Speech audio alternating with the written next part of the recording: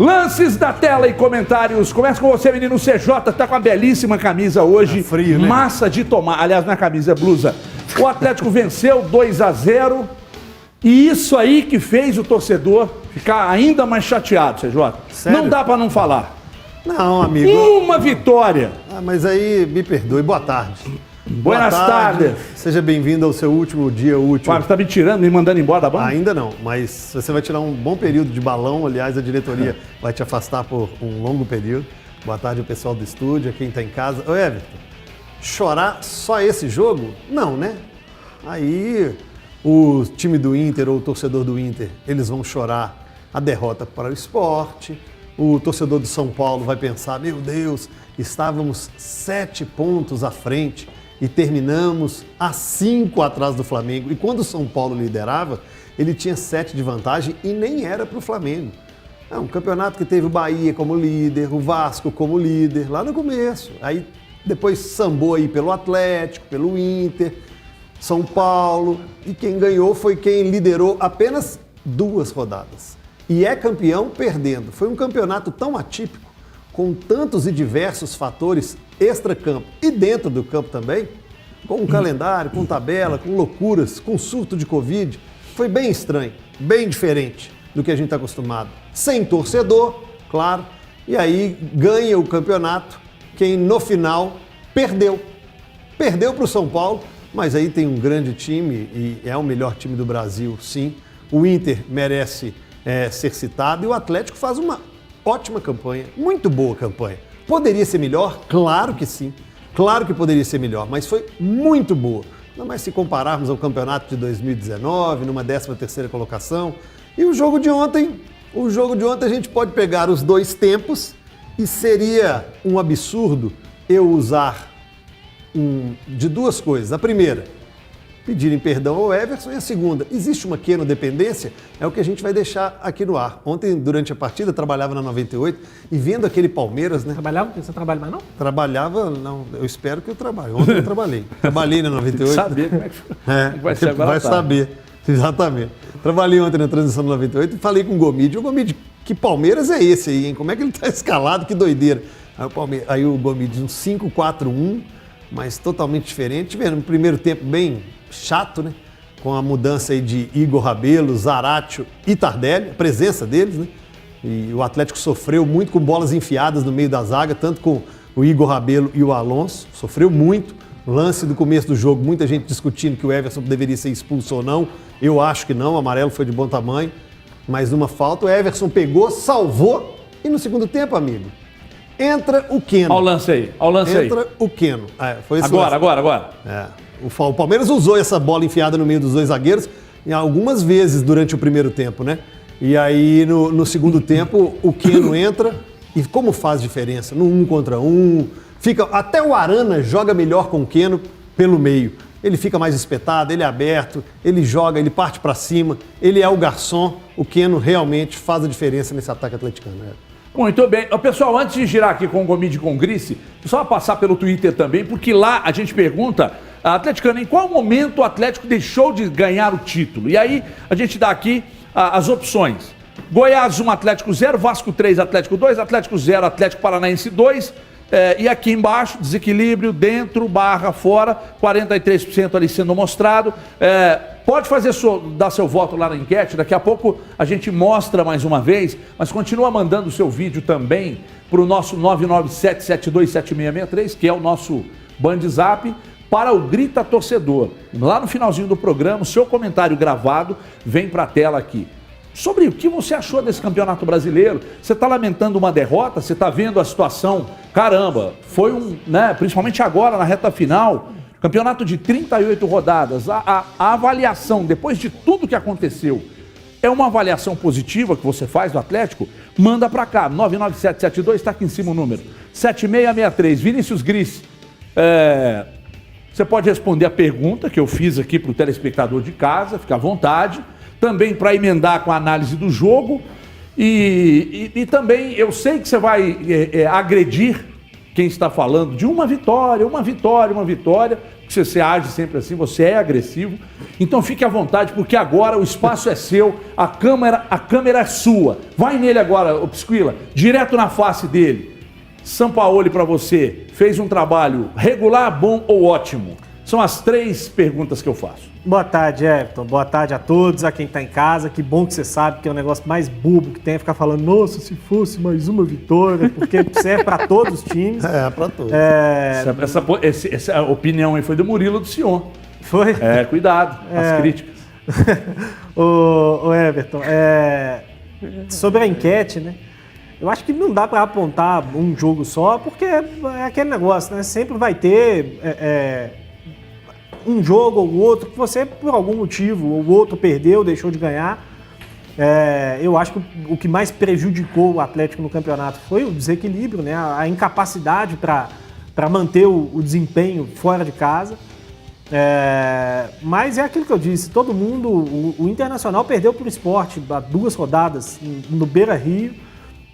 Se tivesse vencido esse jogo, seria campeão brasileiro. Então, acho que ficar apontando um jogo ou outro que fez o campeonato escapar, eu acho um pouco bobagem.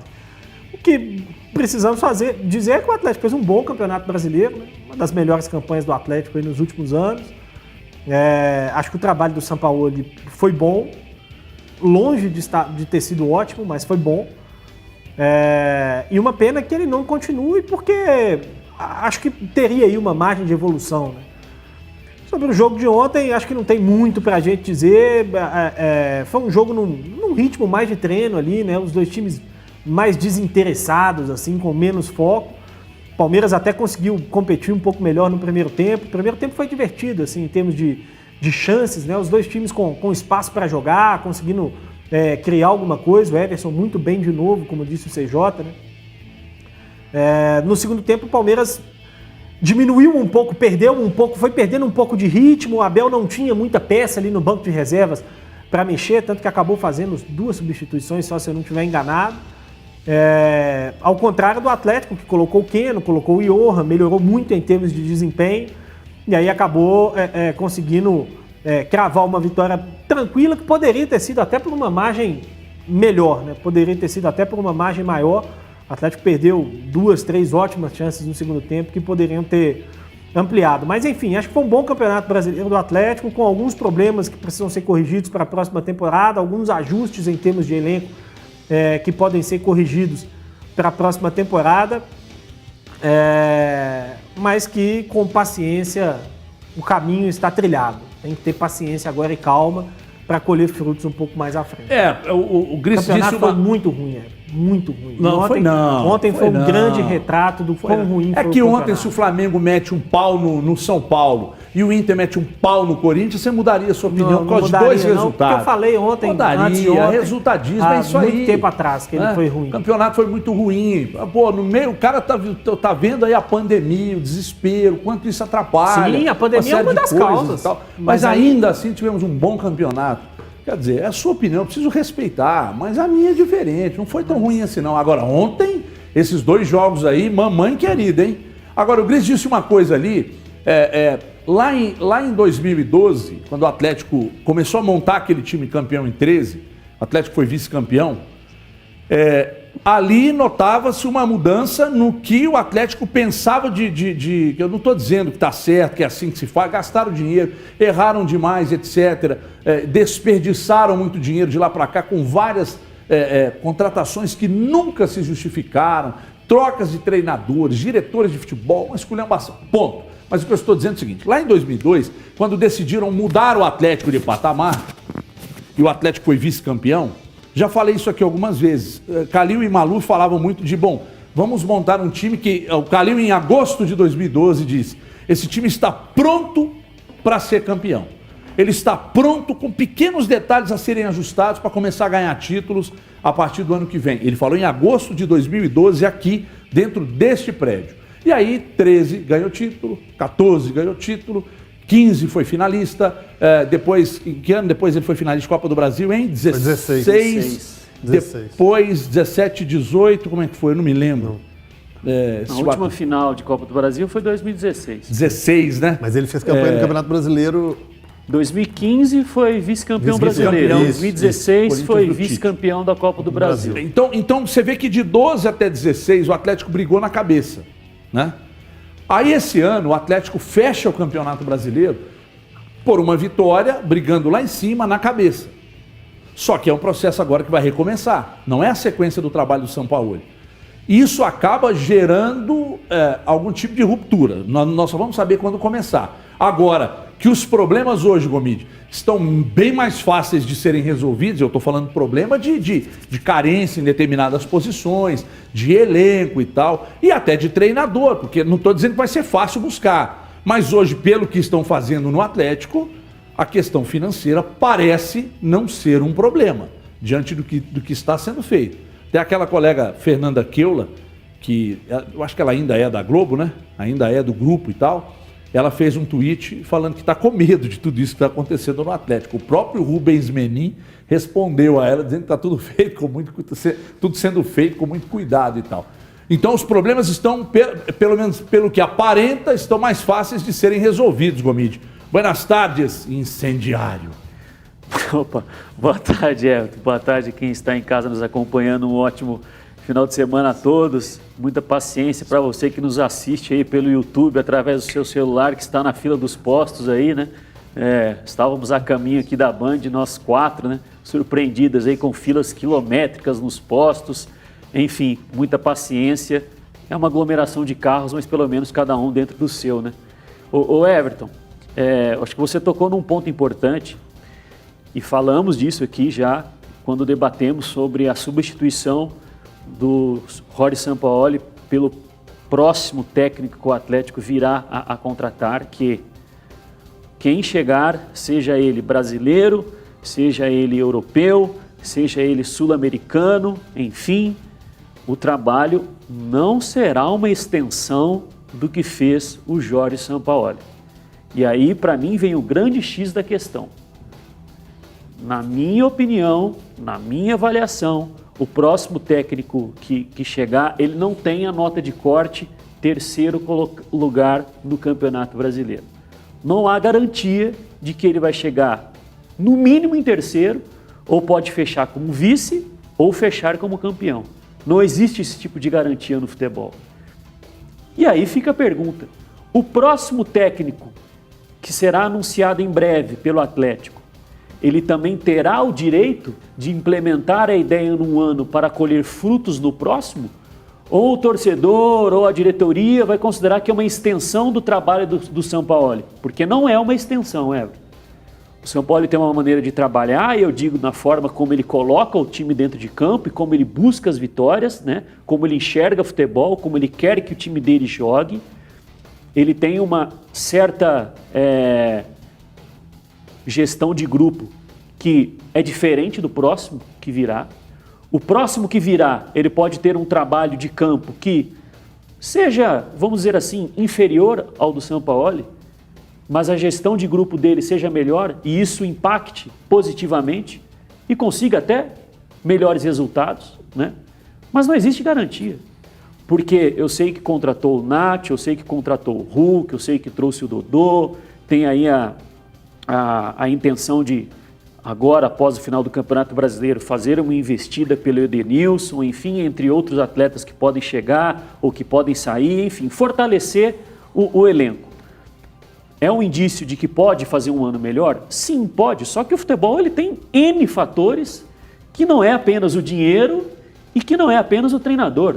O jogo é um esporte imprevisível, né? É tão imprevisível que o Inter acabou perdendo o título em um jogo em que todos apostavam que ele ganharia, que era contra o Sport, e o ambiente imprevisível do jogo fez com que o Inter perdesse um jogador que vacilou numa disputa de bola aérea, o atacante do Sport saiu na cara do gol, ele foi obrigado a fazer uma falta, foi expulso, o Inter ficou com 10 e aí construiu o resultado positivo o time pernambucano. O futebol é tão imprevisível, Everton, que numa final de Libertadores o atacante do Olímpia sai cara a cara com o Vitor no chão, ao invés de chutar pro gol, ele escorrega. O trabalho do Olímpia foi ruim porque o cara escorregou? Não foi, claro, mas é uma não. imprevisibilidade do jogo. Então pode-se fazer tudo certo, Foi 2001 que o Atlético tinha um bom time, saiu para o São Caetano numa chuva de... Caiu até canivete lá na Atlético Campanella, não foi? Foi. Se tivesse seco, era muito provável que o Atlético ganhasse. Se vocês concordam? Sim. Mas aí choveu. Quem controla isso? Então o futebol ele tem vários fatores que são incontroláveis, Everton. E eu acho que essa questão ela entra sim na conta e que vai ser muito importante. O próximo que chegar, eu não vou avaliar como uma extensão de trabalho, vou avaliar como uma ruptura e um início de um novo processo. Como eu falei, o bom elenco encurta o caminho, te dá atalhos, mas não dá garantia. Ou seja, acho que é algo muito importante. Final do ano, então, já tem hashtag. Porque a paciência, se não tiver resultado aqui no Brasil, concordo com o que o Emílio disse aí. Mas hoje... Tem que mudar um pouco, Everton. O jeito de pensar futebol, de torcer pelo futebol, de falar sobre o futebol, de cobrar o futebol, tem que dar uma mudada. Mas só um ponto que eu acho importante, assim, não estou dizendo que o próximo técnico, se não ganhar título, tem que ser mandado embora, não. Mas eu acho que a cobrança tem que ser maior porque ele vai pegar uma condição muito melhor. Exatamente. O São Paulo ele reformulou um elenco todo, teve que trazer um monte de jogador. Agora o elenco já está aí, vai ser reforçado por Mas algumas é a ideia peças. de jogo dele? Não, sim, CJ, vai demorar para se implantar e tudo. Mas assim, querendo ou não, algo que a gente precisa ter em mente é que todo mundo está partindo do mesmo ponto. Todo mundo. O Flamengo foi campeão, já não sabe se o Ceni vai ficar. O Inter trocou de técnico, o São Paulo trocou de técnico, o Santos trocou de técnico. O Grêmio pode ficar sem técnico. O Grêmio Só pode o ser Palmeiras do G8. técnico, talvez só o Palmeiras que tem Só o técnico Palmeiras. que chegou há 3 meses atrás. Então, assim, dizer que os outros tiveram mais tempo para implementar a ideia de jogo ou que merece ter a mesma paciência para ser implementado que o São Paulo, eu acho um pouco errado. Não estou dizendo aqui que tem que ser campeão, que se não for campeão é fracasso, não estou dizendo isso. Mas eu estou dizendo que a condição para a cobrança agora ela é um pouco Nós maior. não podemos, de repente, nos apegarmos aqui à questão de, por causa do resultadismo que impera no futebol brasileiro, não se pode cobrar Mas você não resultado. Não, tem que cobrar resultado sim. Por exemplo, ontem, o Rogério Ceni esteve muito próximo de perder um título por covardia. A gente estava falando isso ontem, né, Gris? O Gris falou, pô, o cara tinha Vitinho no banco, o cara tinha Michael no banco, o cara meteu aquele jogador que veio... Mateuzinho. Mateuzinho, porra. Precisando ganhar o jogo, empatar o jogo não servia. Aí não mudava nada, Você estava perder de perdendo. 5 ou perder de ou 10, empatar ou também não empatar o resolveria jogo. se o Inter faz um gol lá. Então ele ficou na mão do Corinthians lá contra o Inter. Então ele demonstrou um pouco de medo, de receio e tal. Aí por causa do resultadismo você não pode cobrar agora também ou acordar hoje com um fora Ceni, estão de brincadeira, né?